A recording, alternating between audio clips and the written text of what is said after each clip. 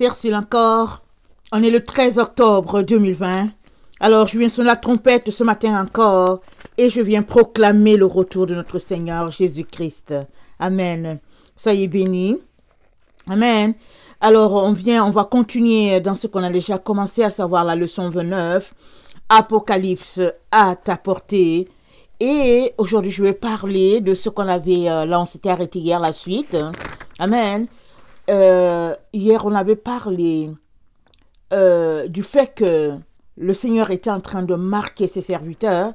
Alors, on s'est arrêté, attendez, il faut que je regarde, à 8, Apocalypse 7, le verset 1 à 8. Et aujourd'hui, on va regarder le verset 9 à 17 et on parle de Apocalypse 7 et puis l'enlèvement. Amen. Alors, on va regarder. Il y a beaucoup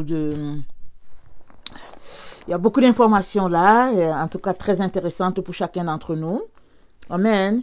Alors, on va lire et Apocalypse 7, le verset 9 à 17. Et aussi, on va se retrouver à lire Lévitique 23. Amen. Alors, Apocalypse 7, le verset 9.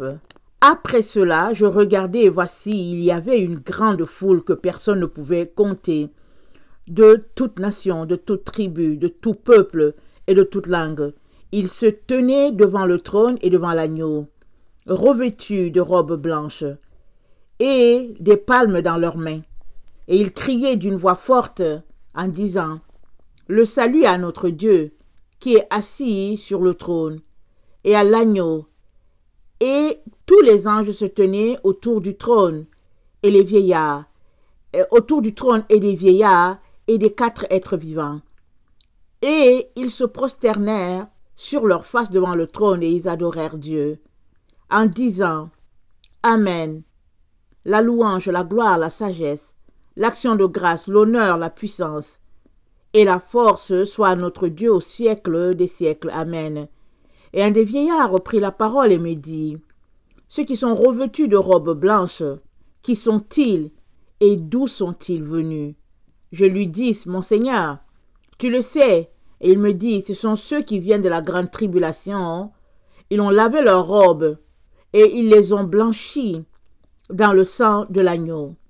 Et c'est pour cela qu'ils sont devant le trône de Dieu et ils le servent jour et nuit dans son temple. Celui qui est assis sur le trône dressera sa tente sur eux. Et ils n'auront plus faim, ils n'auront plus soif. Et le soleil ne les frappera point, ni aucune chaleur. Car l'agneau qui est au milieu du trône les paîtra et les conduira aux sources des eaux de la vie, et Dieu essuiera toute larme de leurs yeux. Amen. Alors, ici, comme on peut le constater, c'est pas caché, on voit bien que les enfants de Dieu ont été rachetés. Ils ont quitté la sphère terrestre et puis ils sont dans la présence divine. Amen. Ils ont des palmes en main. Ils sont joyeux. Amen. Et ils disent le salut à notre Dieu qui est assis sur le trône et à l'agneau. Et cette partie, ça nous rappelle un peu ce qu'on avait déjà vu. Amen. Dans Apocalypse 19, ça disait, parce qu'on a étudié Apocalypse 19 en parallèle avec Apocalypse 6. Amen. Et là, c'est dit, et les 24 vieillards, le verset 4, et les 4 êtres vivants se prosternèrent et adorèrent Dieu assis sur le trône, en disant Amen, Alléluia. Donc Dieu était assis sur le trône. Amen. Les 24 vieillards et puis les 4 êtres vivants, ils ont adoré Dieu. Amen. Et une voix sortit du trône disant, louez notre Dieu, vous tous ses serviteurs, vous qui le craignez, petits et grands. Et j'entendis comme une voix d'une foule nombreuse. Amen. Voici la scène encore ici. Comme une voix d'une foule nombreuse, comme un bruit de grosses eaux, comme un bruit de fort tonnerre, disant Alléluia, car le Seigneur notre Dieu Tout-Puissant est entré dans son règne. Le Seigneur notre Dieu Tout-Puissant, notre Seigneur Jésus, Amen, il est entré dans son règne. Amen.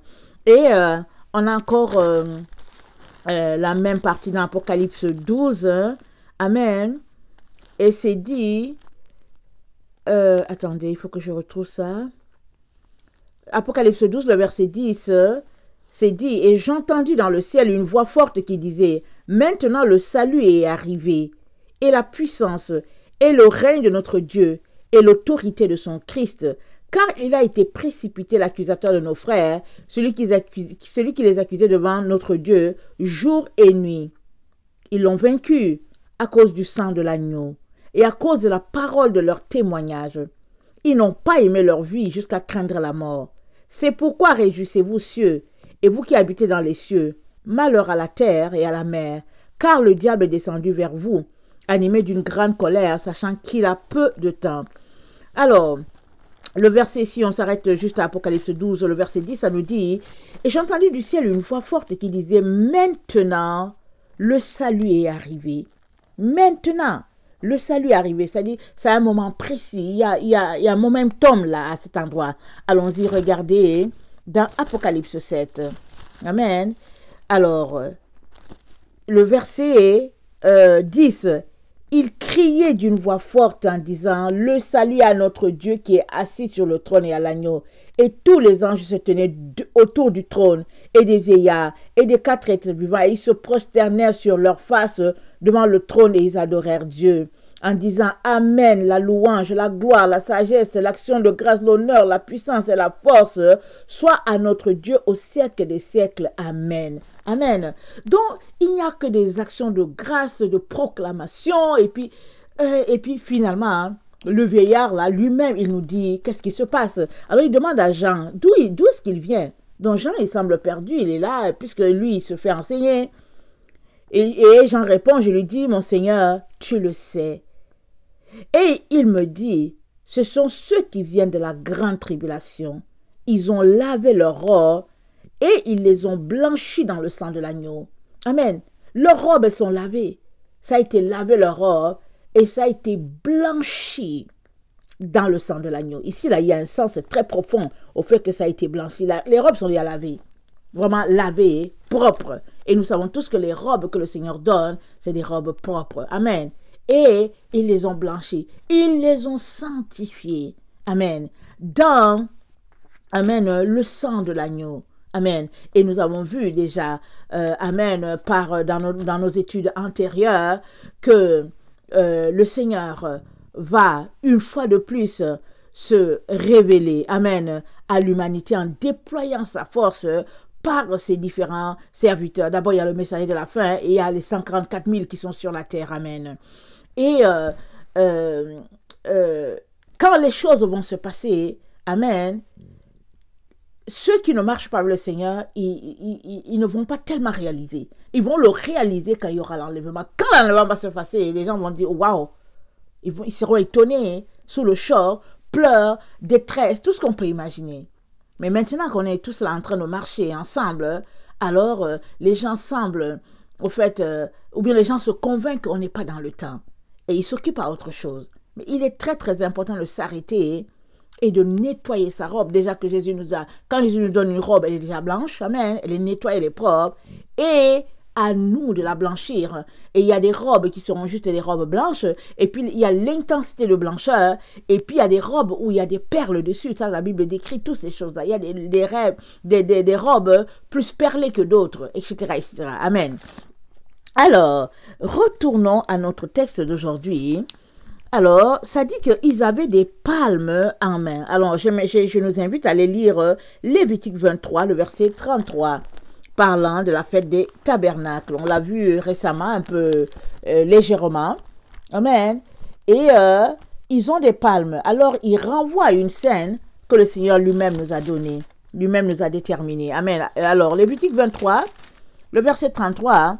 L'Éternel parla à Moïse et dit, « Parle aux enfants d'Israël et dit, le 15e jour de ce 7e mois, ce sera la fête des tabernacles en l'honneur de l'Éternel pendant 7 jours.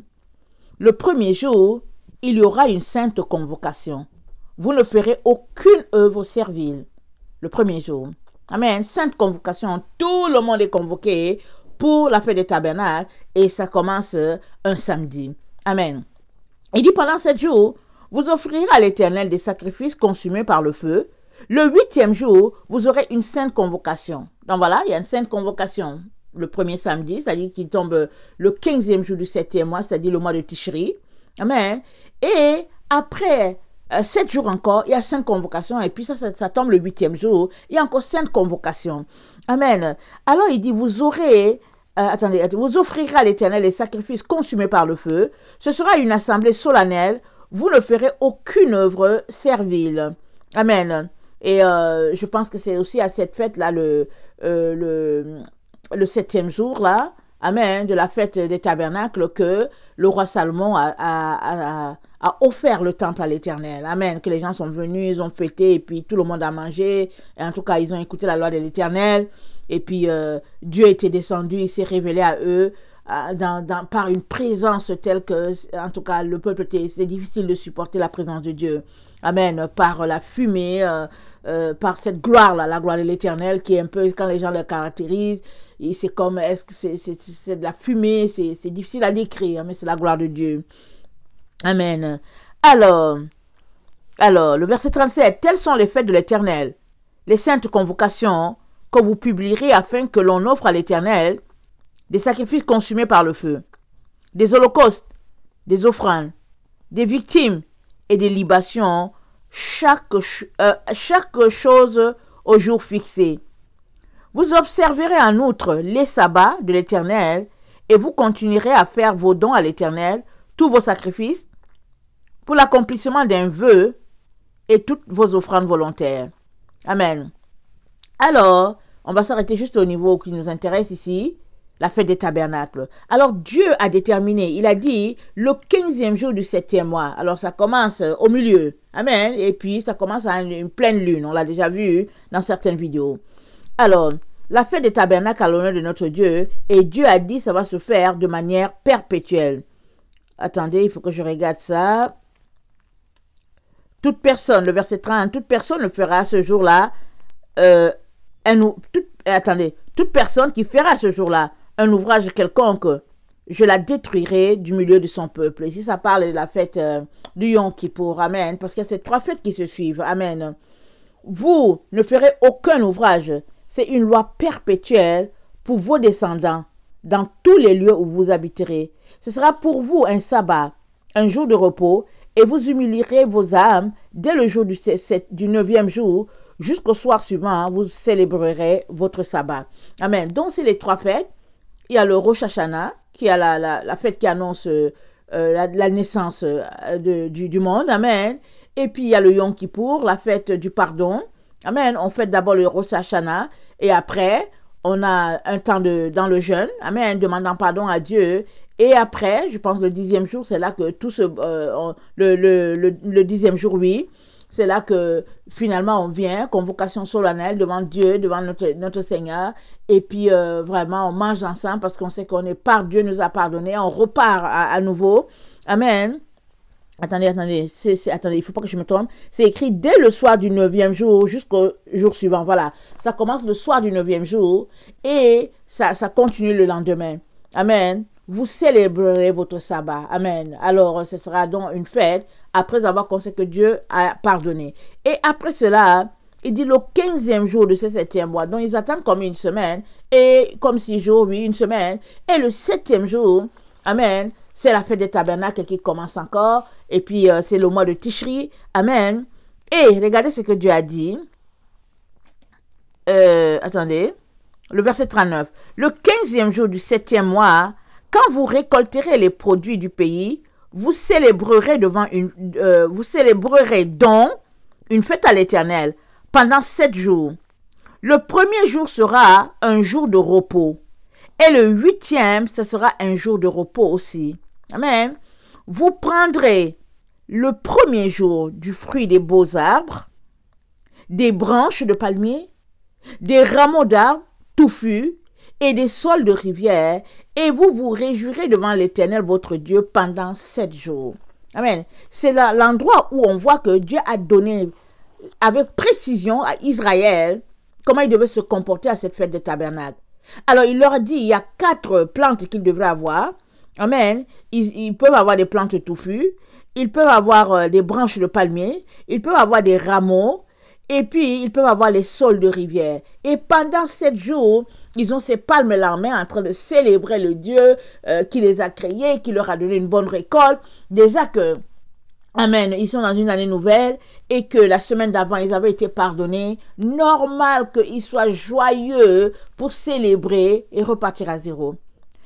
Mais toi et moi savons que Jésus est venu et qu'il nous a accordé le pardon du péché. Amen. Mais eux, ils ne le savent pas. Donc, ils continuent, ils sont contents, vraiment. Ils se réjouissent de ce que, en tout cas, Dieu leur donne encore 1 an de grâce pour ne pas pécher et tout ça. Alors que nous, on sait que Jésus-Christ est déjà venu. Il est l'agneau pascal et il est mort. Amen.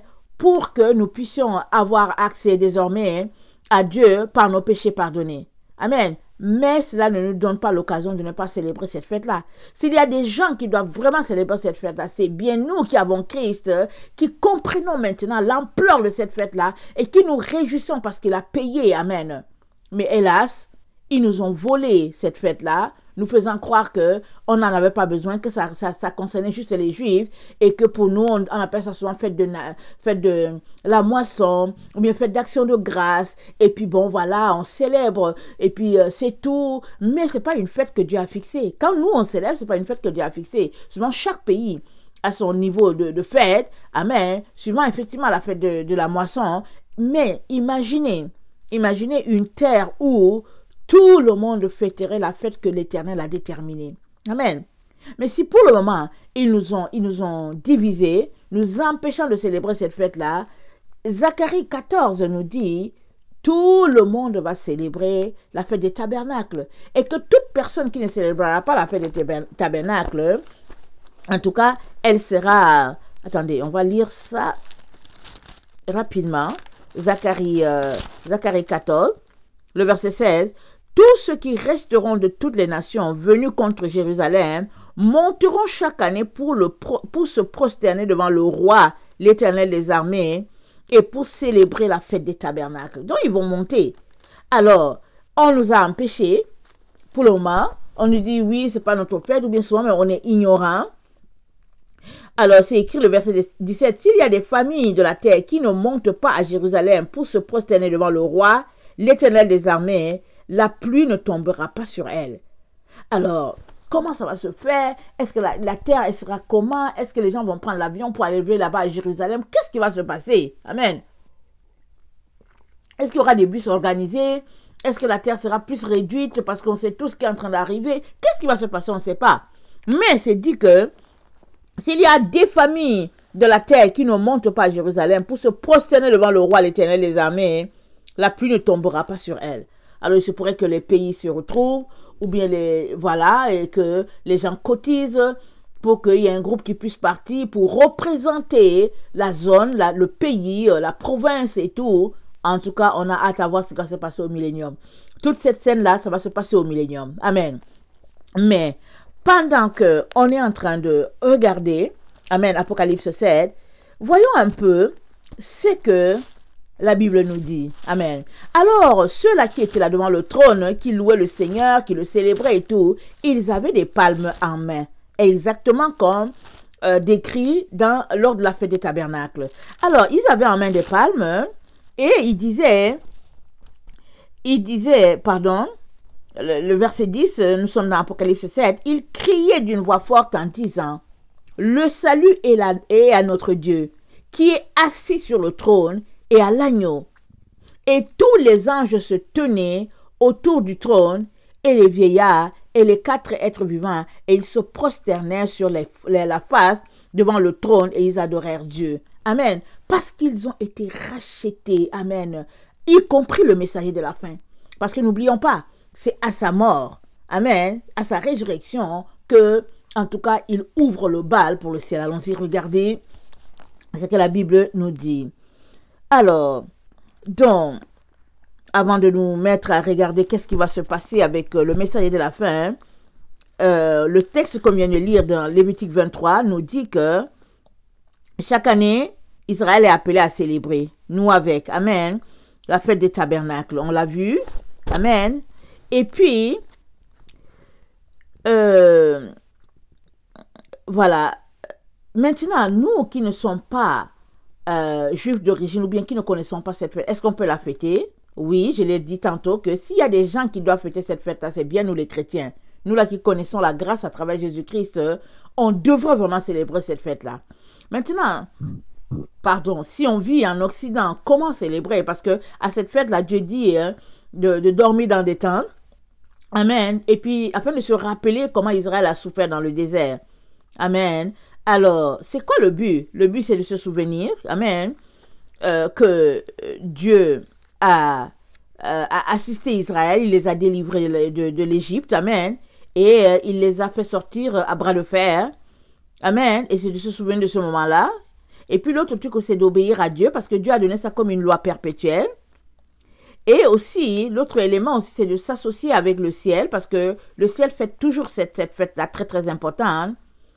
Et aussi, en proclamant de tes lèvres ce que la Bible a dit, ça va finir par t'arriver. Amen. Si tu proclames donc les bénédictions vont se déverser sur toi. Si tu proclames aussi le mal, c'est le mal qui va venir sur toi. Alors Dieu dit à Israël, de manière perpétuelle, chaque année, tu dois observer cette fête-là. Pour dire merci à Dieu pour la récolte. Amen. Et l'autre élément aussi, c'est que on parle ici des récoltes de fruits, mais au fait, ça fait aussi allusion à la récolte finale des êtres humains. Amen. Nous sommes dans les instants de moisson, comme le Seigneur nous dit. Il est en train d'annoncer qu'il est en train de venir. Alors, partout sur la terre, c'est proclamé que Jésus-Christ arrive. C'est donc une récolte en soi, n'est-ce pas? Excusez-moi. Donc, c'est une récolte en soi. Alors, le fait, amen, de célébrer cette fête-là, à l'avance, on déclare ce qui va arriver. Amen. Alors, j'espère que vous connaissez le pouvoir des confessions positives. Alors, tu t'assois et puis tu confesses ton avenir. Amen. Et le Seigneur est content d'un enfant qui confesse son avenir. Mais beaucoup, ils attendent là, ils se disent, ah, je ne sais pas quoi faire, oh, Jésus vient à mon secours et tout. Mais nous sommes appelés, toi et moi, à proclamer notre avenir. Amen. Et cela, ça nécessite qu'on prenne du temps avec le Seigneur et puis qu'on sache où est-ce qu'on s'en va parce que Dieu a tracé déjà notre chemin. C'est pour cela que quand le messager de la fin, je ne me rappelle plus les noms des agneaux là, je pense que c'était le hargnon, amen, quand il est venu, on l'a fait venir devant l'ancien des jours, comme Daniel l'a vu, il est venu. Et quand il s'est levé au milieu du trône et qu'il se tenait, les gens étaient contents, les êtres humains ont commencé à sonner de la harpe, le ciel a commencé à acclamer. Amen. Parce que cet agneau-là a proclamé, amen, a eu le pouvoir à proclamer, à tracer son avenir par sa proclamation. Il a réussi à savoir que dans le livre que Dieu notre Père avait en main, amen, il avait écrit et dedans et dehors et ça matchait parfaitement. Les paroles écrites à l'intérieur matchaient parfaitement avec ce qui était écrit à l'extérieur. Amen. Donc, un agneau avait été trouvé pour pouvoir prendre soin du troupeau de Dieu ou bien conduire ce peuple-là. Amen. Et pourquoi est-ce que c'est important? Parce que c'est dans le principe de Dieu. Alors, il nous a dit dans Luc 12, il dit...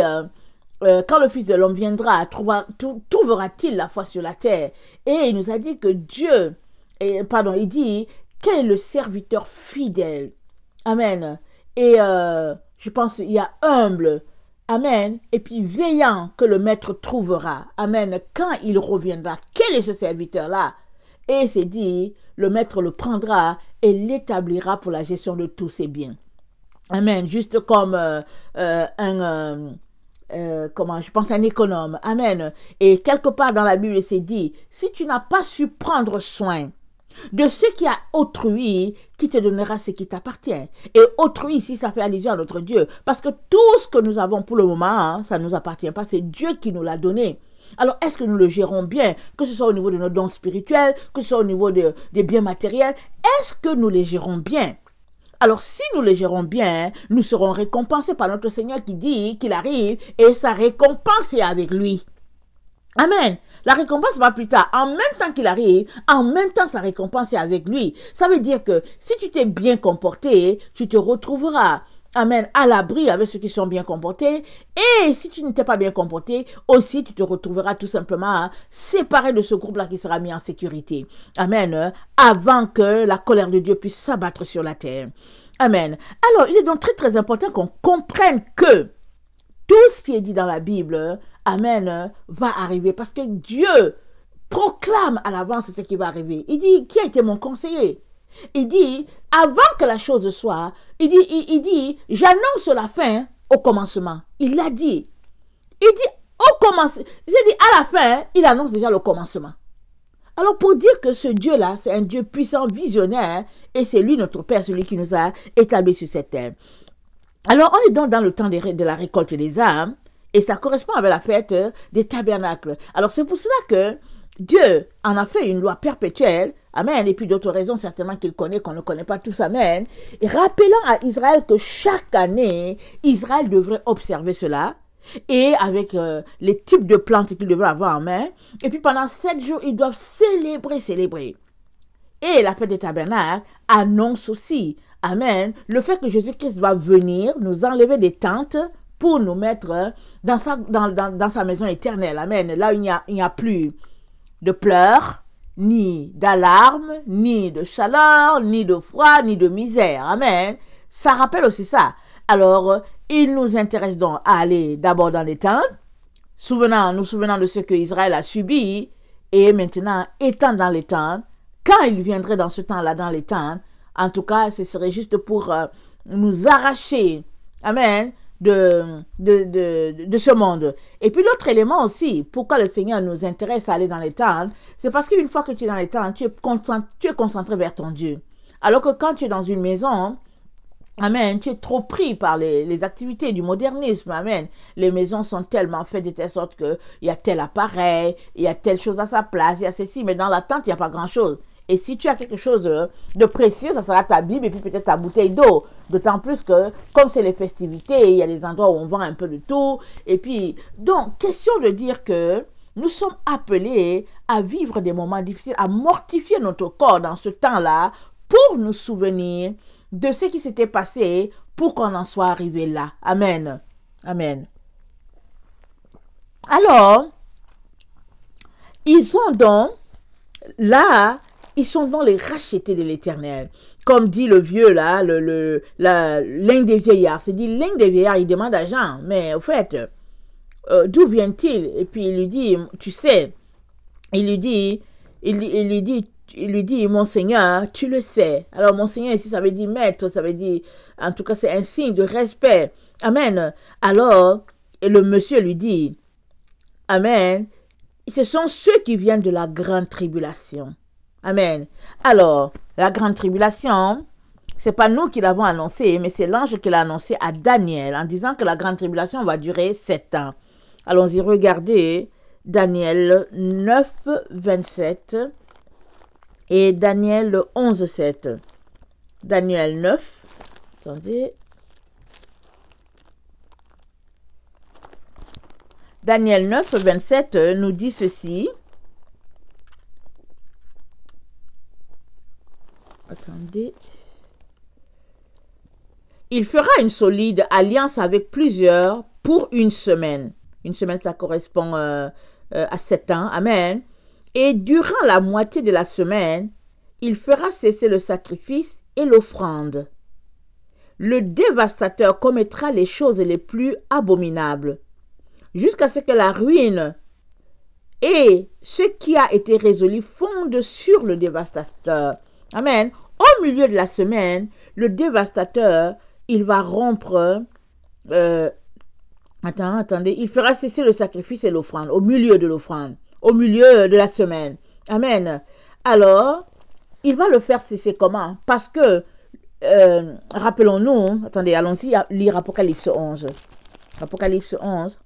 Qu'est-ce qu'Apocalypse 11 nous dit dans ce temps de la fin où nous sommes? La tribulation n'a pas encore commencé. Amen. La grande tribulation n'a pas encore commencé, mais elle ne va pas tarder de commencer. OK? On est dans les temps qui annoncent la dernière semaine de Daniel. Ça, j'espère que vous le savez tous. Et surtout avec l'avènement du Covid qui est là. Alors, si on veut dire qu'on ne le voit pas, il y a un problème. Et si on veut se convaincre que non, c'est pas ça, il y a aussi un problème. Amen. Alors, le mieux, c'est de regarder la situation telle qu'elle est et puis de dire au Seigneur, Seigneur, ouvre mes yeux, viens à mon secours, donne-moi de m'apprêter. Amen. Alors, ce serait être insensé de penser que, bon, finalement, les choses sont easy going et puis tout va finir par se replacer. Non, le Seigneur l'a déjà dit parce que de toutes les manières, il faut que ce monde passe, il faut que le ciel, la terre puissent passer afin que les nouveaux cieux et la nouvelle terre puissent poindre. Amen. Il est donc très important que cela arrive. C'est ça, c'est dans le plan de Dieu. On ne peut rien contre, c'est le plan de Dieu. Et Dieu nous aimant, nous a dit que dans ces temps où nous serons, voilà ce qui va arriver. Il y a des gens qui vont se lever pour maltraiter les chrétiens. Et rappelons-nous la statue dans Daniel chapitre 2, où la tête d'or, c'était le roi Nebuchadnezzar. Et puis, etc., etc. Et puis, arriver à la statue au niveau des pieds, amen, c'est notre génération, parce que c'est au niveau des pieds, alors, il y a eu, les gens veulent faire alliage entre l'argile et puis le fer ou bien le plomb. Et nous savons tous que c'est ce projet-là gigantesque de pouvoir donner la vaccination, la puce à certaines personnes afin que finalement on devienne des ordinateurs ambulants. Amen. Et puis ils veulent faire de l'être humain ce qu'ils ont décidé de faire, les rendant, pardon, comme des appareils, c'est-à-dire être manipulés par d'autres humains, par d'autres êtres humains, alors que nous avons été créés à l'image de Dieu. Alors c'est pour cela que la Bible dit que celui-là qui prendra le signe de la bête, il ne verra pas la gloire de Dieu. Parce qu'à partir du moment où tu as une puissance en toi qui fait que c'est quelqu'un d'autre qui gère ta vie, c'est fini, tu es coupé complètement au fait de Dieu, dans ce sens que nous avons été créés à son image. Et la Bible dit, il a mis dans notre cœur la pensée de l'éternité. Et la Bible dit encore que l'esprit de l'homme, c'est le souffle de l'éternel. Alors, l'éternel vit en nous, que tu le saches ou pas. À partir du moment où c'est lui qui t'a créé, alors en toi repose son souffle. Alors, tu peux être endormi, et puis tu peux être quelqu'un qui ne sait pas ce qui se passe, mais toujours est-il que le souffle est là. C'est pourquoi Dieu dit, réveille-toi, toi qui dors d'entre les morts. Alors, si tu te réveillais, tu verrais très bien que le souffle est là. Amen. Alors, une fois que le souffle de Dieu est là, c'est Dieu qui gère ta vie. C'est pas quelqu'un à gérer ta vie. Et c'est pourquoi il nous a dit, maudit soit l'homme qui se confie à l'homme. Parce que Dieu est la personne qui t'a créé et c'est à lui que tu dois te confier. Maintenant, si tu laisses ces gens-là venir mettre leur technologie sur toi, en toi, et puis décider faire ce qu'ils veulent de ta vie, le Seigneur dit qu'une telle personne sera bannie de sa présence à tout jamais. C'est pourquoi il nous a avertis à l'avance, il nous a dit, ne prenez pas le signe de la bête. Mais nous sommes dans le temps où, pour pouvoir séduire le plus grand nombre, ils sèment la terreur. Ils nous parlent d'une maladie, et puis bon, ils font porter les masques, et puis ils essaient d'imposer leurs lois, parce que c'est par l'intimidation toujours que Satan veut s'installer. Amen. Et puis par la peur. Alors, la Bible dit quoi? Tu serviras, par la Bible, le Seigneur nous a appris à savoir que on sert la personne qu'on craint. Alors, si tu les crains, tu les serviras. Mais si tu les crains pas et que tu crains juste Dieu, alors ils peuvent faire ce qu'ils veulent, ça ne change rien. Tu es prêt à subir ce qu'ils veulent faire subir aux personnes récalcitrantes. Amen. Alors, on est donc dans ce temps-là où le Seigneur nous dit, voilà les choses qui vont arriver. Et le vieillard qui parle à Jean lui dit, ce sont ceux qui viennent de la grande tribulation. Et on vient de lire que l'ange qui a parlé à Daniel lui a fait comprendre que la grande tribulation, elle sera divisée en deux. Amen. En plein milieu, le dévastateur, en tout cas, il va rompre l'alliance. Et il va le rompre parce qu'il va commettre un acte terrible. Amen. En éliminant les témoins de la fin. Allons-y, Apocalypse 11. Alors, c'est dit, le verset 3, « Je donnerai à mes deux témoins le pouvoir de prophétiser, revêtus de sac, pendant 1260 jours. Ce sont les deux oliviers et les deux chandeliers qui se tiennent devant le Seigneur de la terre. Si quelqu'un veut leur faire du mal, du feu sort de leur bouche et dévore leurs ennemis. Et si quelqu'un veut leur faire du mal, il faut qu'ils soient tués de cette manière. Ils ont le pouvoir de fermer le ciel, afin qu'il ne tombe point de pluie pendant les jours de leur prophétie. Et ils ont le pouvoir de changer les eaux en sang et de frapper la terre de toute espèce de plaie chaque fois qu'ils l'en voudront. Quand ils auront achevé leur témoignage, la bête qui monte de l'abîme leur fera la guerre, les vaincra et les tuera. et leurs cadavres seront sur la place publique, seront sur la place de la grande ville, qui est appelée dans un sens spirituel Sodome et Égypte, là même où le Seigneur a été crucifié. Amen. Donc comprenons ici que l'Égypte, Sodome et tout, ça, là où le Seigneur a été crucifié, c'est la terre, dans le sens que notre terre est déjà devenue un seul pays. Amen. Le nouvel ordre mondial. Alors là où le Seigneur a été crucifié, indiquant sur la terre. Amen. Alors, et évidemment, quand les gens lisent ça, ils s'attendent forcément à ce que ça se passe là-bas à Jérusalem. Amen. Mais ça ne sera pas comme ça. En tout cas, c'est ça que le Seigneur m'a révélé, que ça ne sera pas forcément comme ça que les choses vont se passer. Alors, une génération qui a tué le Messie, une génération qui l'a rejeté et tout, ils attendent que les messagers de la fin arrivent là-bas. Est-ce que vous pensez que une telle génération-là, au 1er siècle, ces mêmes gens-là qui vivent là-bas à Israël, qui a tué le Fils de Dieu, vous pensez que ces mêmes-là, est-ce qu'ils ne vont pas porter atteinte à ces deux témoins de la fin avant que la fin arrive? Oui, ils vont le faire. Ils vont pas dire que, oh ouais, au fait, c'est les serviteurs de Dieu. Non, ils vont dire, ok, puisque c'est dit là, on va les tuer et puis on va voir. Amen. Alors, Dieu sait comment il protège ses enfants, ou bien il va les protéger. Alors, je ne pense pas forcément que ce sera des gens qui vont se retrouver là-bas à Jérusalem. Alors, il est important qu'on puisse aller prier. Amen. Parce que notre Dieu, en tout cas, c'est un Dieu rempli de mystères. C'est en cela qu'il est Dieu. Parce que s'il n'avait pas de mystère en lui, en tout cas, on ne le prendrait pas comme Dieu. Le fait qu'il a des choses mystérieuses, il y a des choses qu'on ne sait pas forcément. On dit oh, il va venir. Suppose même que le Seigneur te dit qu'il va venir aujourd'hui. Pendant que tu vas te mettre là, l'attendre aujourd'hui, à gauche, il va venir vers la droite, ou bien il va venir vers en haut, ou bien. Vous savez, Dieu est Dieu. On doit lui donner cette place-là. C'est Amen. Alors, pour revenir Daniel nous a divisé le temps lui-même, le temps de la grande tribulation. Alors, dans 3 ans et demi, ça sera rompu. Amen. Le dévastateur lui-même va venir, il va rompre. Il va rompre ça comment? En tuant les deux messagers de la fin. Amen. Et la Bible avait déjà dit ça. Amen. Et c'est dit que... Attendez, je vais tourner ma page. Très intéressant l'étude d'Apocalypse, n'est-ce pas? Alors, c'est dit, comme on vient de lire, que c'est pendant 1260 jours qu'ils vont prophétiser. Et 1260 jours, quelque part, je pense, je ne sais plus où, je pense que c'est dans Apocalypse 12. Attendez, on va regarder rapidement. Alors, bon, je ne vois pas ça rapidement, hein. Mais 1260 jours, ça correspond à 42 mois, et 42 mois, ça correspond à 3 ans et demi.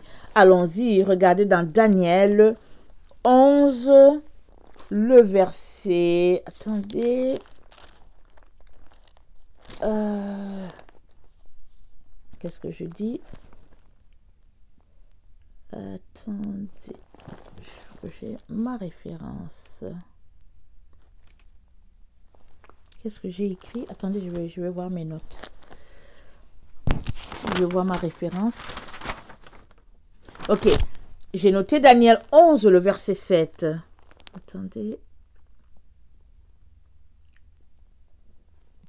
Daniel 11.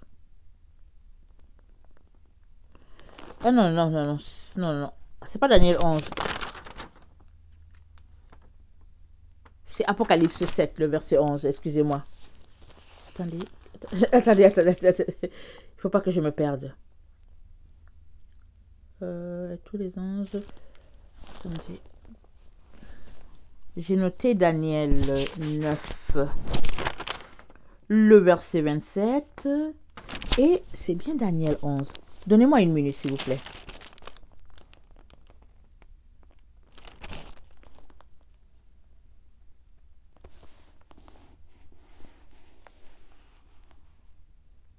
Ah voilà, excusez-moi, c'est Daniel 12. J'ai noté Daniel 11, mais c'est Daniel 12. Alors, dans Daniel 12, c'est dit, « Et j'ai entendu l'homme vêtu de lin, qui se tenait au-dessus des eaux du fleuve. Il leva vers les cieux sa main droite et sa main gauche, et il jura par celui qui vit éternellement que ce sera dans un temps, des temps et la moitié d'un temps. » Et ça correspond à un temps, un an, des temps, 2 ans, la moitié d'un temps, hein, ça fait 3 ans et demi. Tout assemblé, ça fait 3 ans et demi. Donc, pendant 3 ans et demi, les messagers de la fin vont proclamer le retour du Seigneur et ils vont ramener l'ordre dans la maison. Amen, dans la maison de Dieu. Alors, rappelons-nous, allons-y dans Apocalypse 11. Qu'est-ce qu'ils viennent faire? Dieu dit, je vais donner pouvoir à mes 2 témoins. Amen. Mais qu'est-ce qu'ils viennent faire? Dieu leur a donné toutes les consignes. Dans Apocalypse 11, il dit par la bouche de l'apôtre Jean, il dit, et on me donna un roseau semblable à une verge, en disant, lève-toi et mesure le temple de Dieu, l'autel et ceux qui y adorent. Amen. Ceux qui y adorent, c'est les vrais enfants de Dieu. L'autel, amen, c'est, écoute, on offre notre vie sur l'autel, amen. Alors, il dit, mets le parvis extérieur du temple, laisse-le en dehors, et ne le mesure pas, car il a été donné aux nations, et elles fouleront aux pieds la ville sainte pendant 42 mois. Amen. Alors, quand on parle de ville sainte, on pense forcément que c'est à Jérusalem. Amen. Parce que c'est la ville sainte. C'est là que notre Seigneur est mort. C'est en tout cas Jérusalem, Jérusalem, la cité du roi. Amen. Il y a ces chansons-là et puis on sait tous que c'est ça. Amen. Et Dieu dit, ils fouleront aux pieds la ville sainte pendant 42 mois. Et il dit, je donnerai à mes 2 témoins de prophétiser. Et l'élément qu'on doit reconnaître ici, ou bien sur lequel on devrait s'arrêter, c'est le fait que, le verset 2, le parvis extérieur ne sera pas mesuré. C'est-à-dire que si toi là, qui est là, qui dit que tu connais le Seigneur Jésus, tu ne marches pas selon lui, tu ne marches pas selon sa doctrine, tu ne seras pas mesuré. C'est-à-dire tu seras laissé avec les nations qui ne connaissent pas le Seigneur. Ça veut dire que, parce que pourquoi est-ce que Dieu te mesure? Dieu te mesure pour savoir, est-ce que quel est ton poids? Es-tu lourd? Es-tu léger? Es-tu moyen? Et puis quand il finit de peser qui tu pèses, il donne une valeur à ton poids spirituel. Amen, comprends ça? Alors, si tu es juste, tu fais partie du parvis extérieur, il dit à l'apôtre Jean, perds pas ton temps et ton énergie. Il va se réveiller là, quand il va voir que finalement, il y a quelque chose qui s'est passé et puis il a été laissé là. Et c'est là, parce qu'il y a plusieurs enfants de Dieu qui vont se réveiller à ce moment-là. Plusieurs vont chercher à mourir et tout. Et puis, ce sera terrible. Et puis, il y aura certains qui auront honte. Et il y a d'autres qui vont piquer leur colère, qui vont dire, puisqu'il en est ainsi, alors je m'en vais directement avec le diable. Il y aura toutes sortes de réactions. C'est pourquoi maintenant que le Seigneur est en train de lancer l'appel disant, répentez-vous, retournez à la vérité, à la doctrine de Christ, il est très très important d'obéir. Et alors si tu as la difficulté à dire, ah mais c'est le temps, va au moins devant Dieu. Ne prends pas pour acquis que c'est du bluff. Va devant Dieu, prie sincèrement, il te parlera. Parce que Dieu, il ne dédaigne pas les cœurs brisés et contrits, nous dit la parole de Dieu. Alors, oui, c'est avec raison, tu n'es pas un robot, tu n'es pas un automate. Amen. Tu as besoin de réfléchir. Mais va devant Dieu, demande-lui, Seigneur, est-ce que ce que j'entends, c'est ça?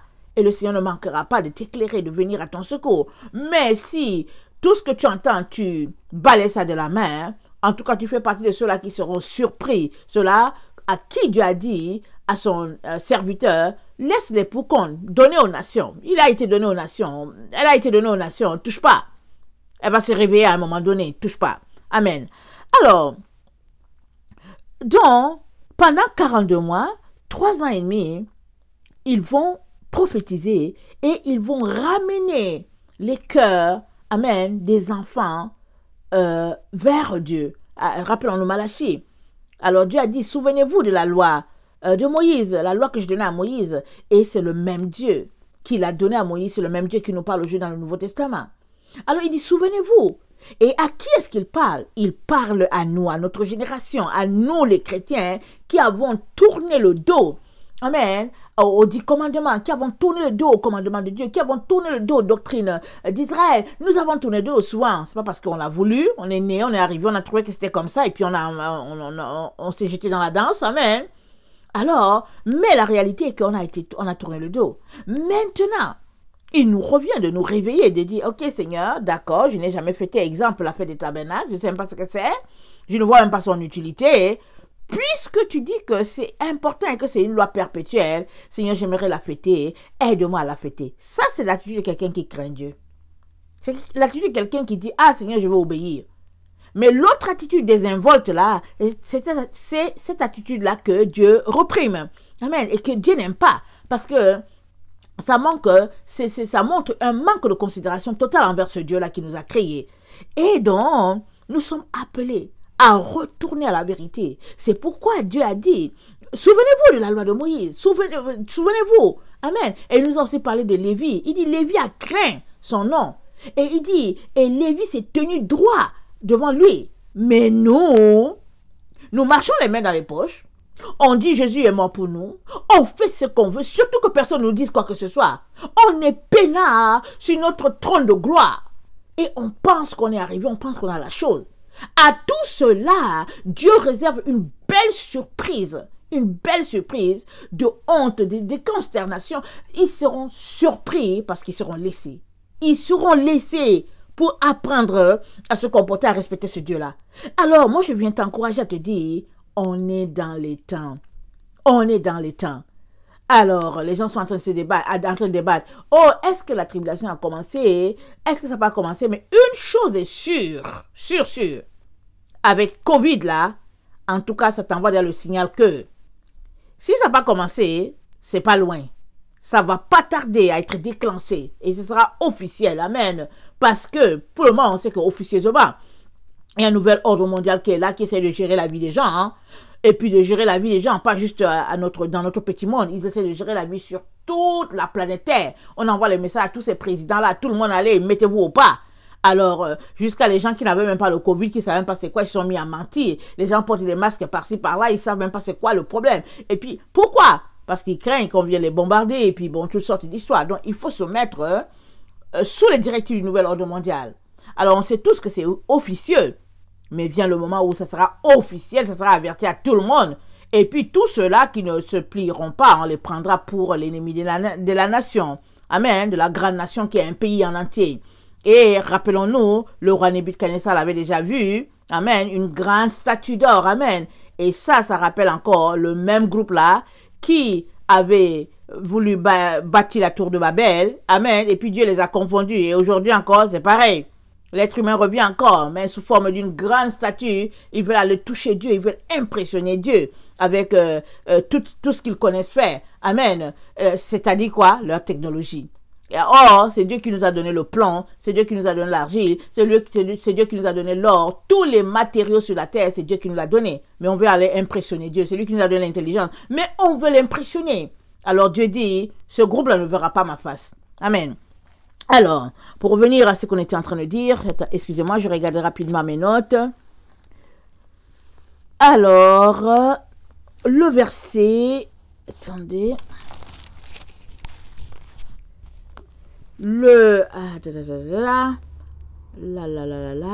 ok.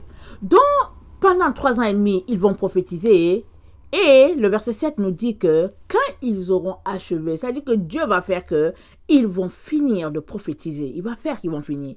La bête qui sort de l'abîme va les tuer. Et cette bête qui sort de l'abîme, on va la voir, c'est dans Apocalypse 13.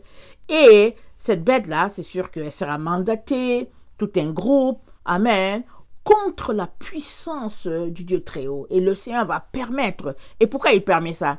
Pourquoi est-ce qu'il permet qu'il y ait 2 prophètes là sur la terre qui parlent, qui demandent des puissants? C'est parce qu'il veut réveiller ses enfants. Il veut réveiller tous ceux-là qui veulent se laisser réveiller. Il veut les réveiller pour leur dire, c'est le temps. Et ceux qui connaissent l'écriture vont dire, on dirait que on est à la fin. On dirait que c'est vraiment le temps parce que regardez ce qui se passe. Et ceux qui ont un respect pour Dieu, qui ont une crainte de Dieu, vont se mettre vraiment à l'invoquer, à le supplier pour dire, Seigneur, sauve-nous, sauve-nous. Amen. Et puis évidemment, les autres, les arrogants qui pensent qu'ils connaissent et tout, ils vont dire, il n'y a rien là, il n'y a rien là, et tout ça.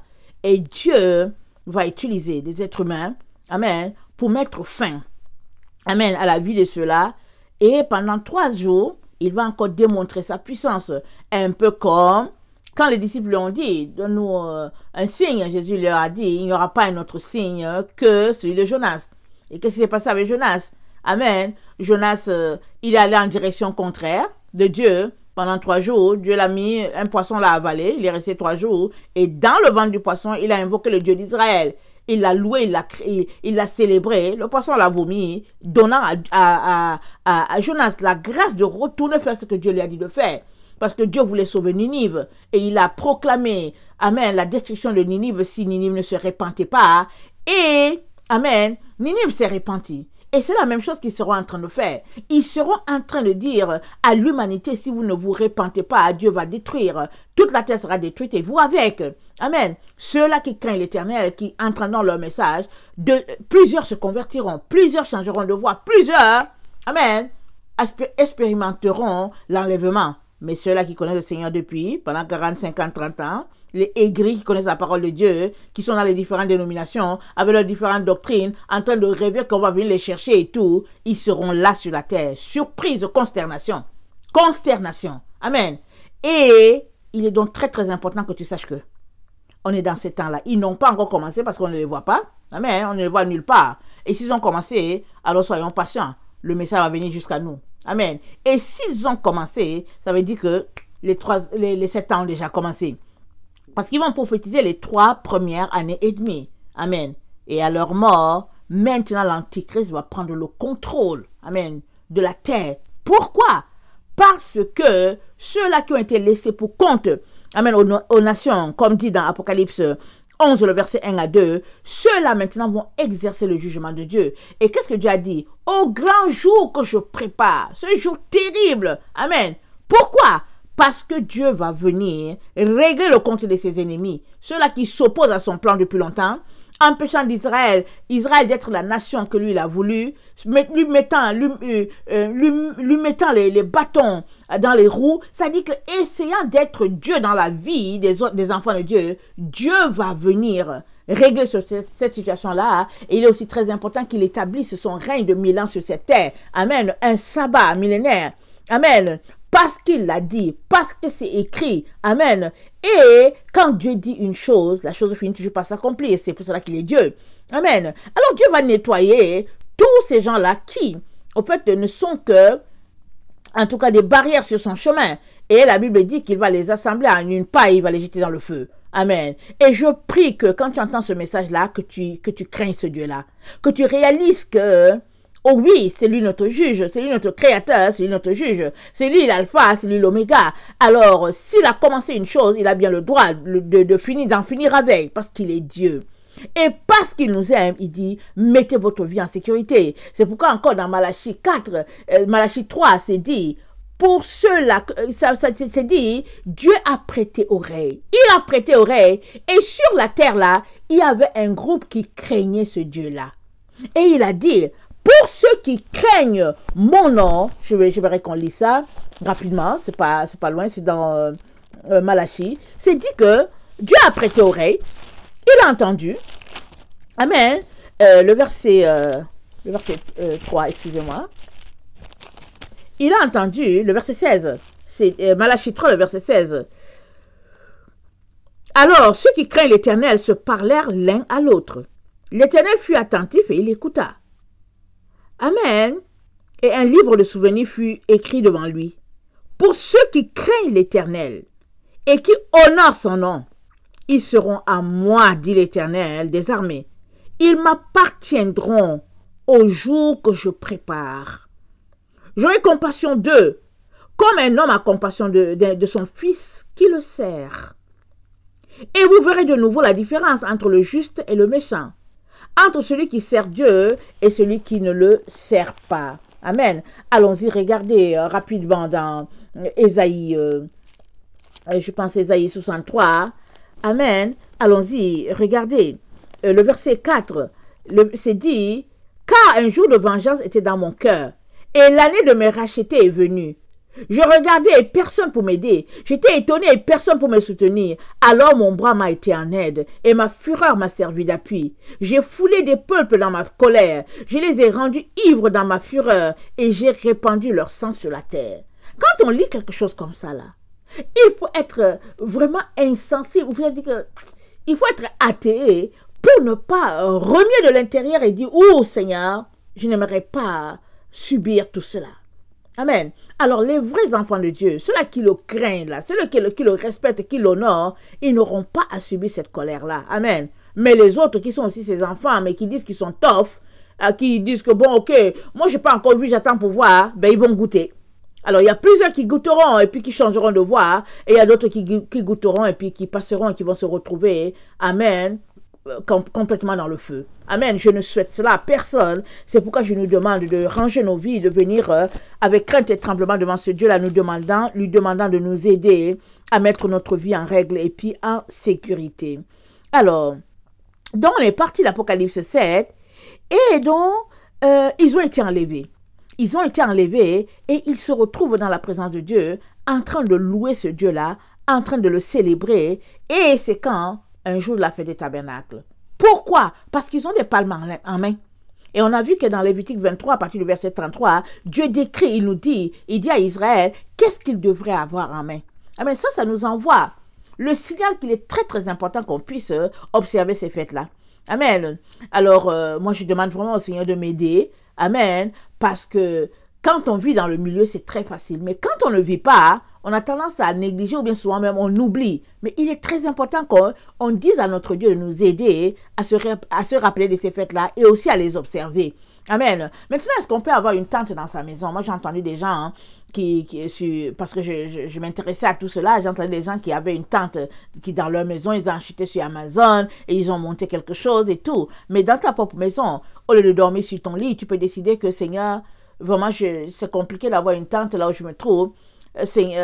Oui, une tente et tout. Et puis, ou bien, Seigneur, il fait tellement froid que c'est difficile. Seigneur, je vais me coucher par terre. Amen. Au lieu de te coucher sur un lit, sur un matelas, Seigneur, j'apprête ma tente là complètement, même le sol. Amen. Pendant une semaine, Seigneur, et on sait que quand on dort sur le sol là, sur les sacs de couchage, on sait que c'est pas confortable, hein, ça fait mal aux fesses, aux côtes et puis un peu partout. Mais on le fait pendant une semaine pour se souvenir de comment Israël était esclave en Égypte, comment Dieu l'a délivré et comment ils ont dormi dans les tentes pendant 40 ans dans leur traversée et comment Dieu les a délivrés à main de bras. Ça, c'est très, très important. Et l'autre élément, c'est que ça fait partie de la troisième fête, ou bien il y a 3 fêtes qui ne sont pas accomplies. Amen. Le Rosh Hashanah, le Yom Kippour et puis le Sukkot. Alors, tous s'attendent à ce que Jésus-Christ vienne lors de ces 3 fêtes-là. Il y a certains qui disent que non, ce sera au Rosh Hashanah, là on sonne la trompette.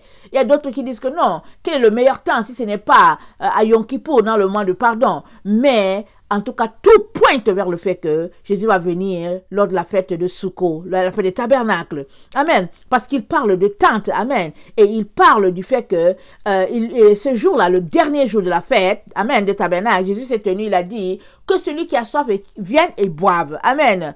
Et de son sein couleront des fleuves d'eau vive. Amen. Et quand on lit ce passage-là et qu'on le connecte à Apocalypse 22, ça renvoie automatiquement à ce fleuve-là qui coule du sein de quelqu'un. Et puis là où c'est la vie en abondance, où ça coule sans s'arrêter, si ce n'est pas dans la présence de Dieu, on se demande bien où est-ce que ça peut être. Alors Apocalypse 22 dit, et il me montra un fleuve d'eau de la vie, limpide comme du cristal qui sortait du trône de Dieu et de l'agneau. Au milieu de la place de la ville et sur les 2 bords du fleuve, il y avait un arbre de vie produisant 12 fois des fruits, rendant son fruit chaque fois, et dont les feuilles servaient à la guérison des nations. Amen. Il n'y aura plus d'anathème. Le trône de Dieu et de l'agneau sera dans la ville. Ses serviteurs le serviront et verront sa face et son nom sera dans leur front. Et puis Ézéchiel 44, amen, pour faire connexion, amen, à toujours cette fête-là, nous montre en tout cas tout ce qui va arriver. Et dans les lectures, amen, lors de la fête des tabernacles, il y a des passages qui sont toujours mentionnés lors de la fête des tabernacles. Et ça rappelle l'effusion de la bénédiction, la grâce en abondance, la profusion. Amen. Et j'aimerais ça qu'on... Excusez-moi. Si on lit juste Ézéchiel 47, le verset 8, c'est dit, et il me dit, cette eau coulera vers le district oriental, descendra dans la plaine et entrera dans la mer. Lorsqu'elle se sera jetée dans la mer, les eaux de la mer deviendront saines. Tout être vivant qui se meut vivra partout où le torrent coulera, et il y aura une grande quantité de poissons, car là où cette eau arrivera, les eaux deviendront saines, et tout vivra partout où parvient dans le torrent. Alors, quand Jésus dit que celui qui a soif et qu'il vienne et qu'il boive, il fait allusion à ce torrent de Dieu là, ce torrent spirituel là, cette présence là où tu n'as plus faim, tu n'as plus soif, tu es satisfait, tu n'as plus besoin de rien. Amen. Et c'est à la fin des tabernacles qu'il a prononcé ces moments-là. Amen. Et on sait tous que Jésus-Christ est parti nous préparer une place et il revient. Amen. Chercher son épouse, ceux-là qui s'apprêtent. Amen. Qui ont vécu sur cette terre-là, renonçant à ce monde matériel-là, parce qu'ils espéraient un monde plus grand, plus extraordinaire, un monde spirituel. Amen. Rappelons-nous dans Hébreu, là, le Seigneur nous dit que Abraham, notre père, a salué ce pays-là de loin. Amen. Il a eu toutes les promesses, mais il n'a pas vu de ses yeux. Il a salué ce pays-là de loin. C'est pourquoi il a été appelé le père de la foi, et c'est lui notre père. Amen. Et cette cité-là, c'est la cité divine. Il est donc très, très important qu'on comprenne que se débarrasser du monde matériel ne fait que nous rapprocher de Dieu. Amen. Parce que Dieu a créé deux mondes, le monde matériel et le monde spirituel. Tu ne peux pas être aux deux endroits. Soit tu es dans l'un, soit tu es dans l'autre. Amen. Et si tu aspires à une vie meilleure, à un monde spirituel, une vie là, il n'y a plus de pleurs, il n'y a plus d'alarmes, où c'est la paix, le bonheur total, il est donc très important que tu puisses laisser dépérir le monde matériel afin tout simplement que le monde spirituel puisse croître en toi. Amen. Comme Jean-Baptiste a dit, il a dit qu'il puisse, amen, croître et moi que je puisse diminuer. Et quand Jean-Baptiste parle de lui diminuer, c'est son ego, c'est sa personne, c'est son être humain. Diminuer, de telle sorte que Jésus-Christ soit tout en lui, que Jésus-Christ prenne toute la place. Et cette prière-là, c'est la prière de chacun d'entre nous. Nous avons besoin d'arriver à ce stade-là dans notre vie, notre marche avec le Seigneur, réaliser que nous ne sommes rien. Nous avons été créés par ce Dieu-là. Amen. Et il a soufflé de son souffle en nous. Il nous a animés. Il nous a donné la vie. Et on doit réaliser que nous ne sommes rien sans lui. Et à partir de ce moment-là, c'est à nous de nous débarrasser de tout ce qui est cher pour laisser ce Dieu-là être grand en nous. Amen. De telle sorte qu'on soit un arbre qui produit beaucoup de fruits. Amen. Et que beaucoup puissent venir se délecter des fruits qui sortent de nous. Amen. C'est à cela que le Seigneur nous a appelés, nous laissant sur cette terre-là, afin de convertir le grand nombre et puis leur dire que, hey, il y a un Dieu, il y a un Seigneur, il y a un lieu extraordinaire de paix et que le monde matériel n'est qu'un passage pour nous retrouver dans la présence de Dieu. Amen. C'est un entraînement. Et tous ceux-là qui auront aimé ce monde matériel périront avec ce monde matériel, parce que nous savons tous qu'il y aura des nouveaux cieux et des nouvelles terres. Mais ces nouveaux cieux et ces nouvelles terres, ce sera pour ceux-là qui auront méprisé le monde matériel, afin que le monde spirituel soit élevé en eux. Amen. Alors, attendez.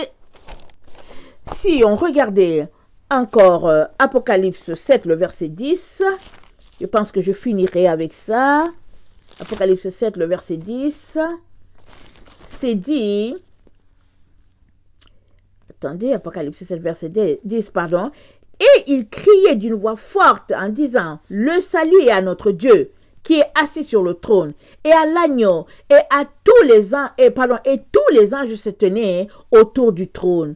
Et les vieillards et les quatre vivants, et ils se prosternèrent sur leur face devant le trône, et ils adorèrent Dieu en disant, Amen, la louange, la gloire, la sagesse, l'action de grâce, l'honneur, la puissance et la force soit à notre Dieu au siècle des siècles. Amen. Au siècle des siècles. Amen. Alors il est donc très important qu'on comprenne que oui, le Seigneur l'a dit, il viendra, il nous mettra à l'abri, afin que, amen, l'autre 3 ans et demi, où ils vont passer le temps à niquer les gens sur la terre, qu'on ne puisse pas avoir part à cette période-là.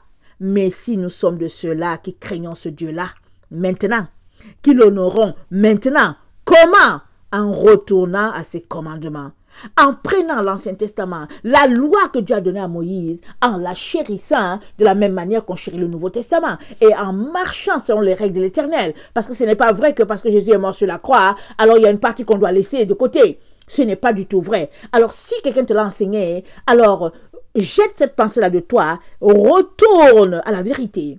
Retourne à la vérité, humilie-toi devant Dieu. Appelle-le au secours, dis-lui de venir t'aider et il te donnera, amen, de pouvoir mettre en place dans ta vie et